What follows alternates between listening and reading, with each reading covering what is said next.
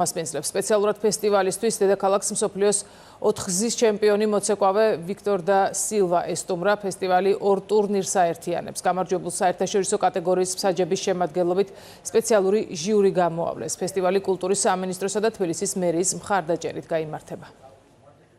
ფესტივალი დამკვიდრდება და ყოველწლიურად ჩატარდება. საქართველოს სადედოფლო ცეკვის თასზე ასპარეზობაში მიიღებს მონაწილეობას როგორც ჩამოსული სტუმრები და მოცეკვავეები მაღალი რანგის, ისევე ადგილობრივი მოცეკვავეები. ხოლო 19 ოქტომბერს საღამოს 8 საათზე ჩვენ გალა კონცერტს დააგვირგვინებს მსოფლიოს ცეკვის ლეგენდა ვიქტორ და სილვა თავის მეწყვილე კატარინასთან ერთად.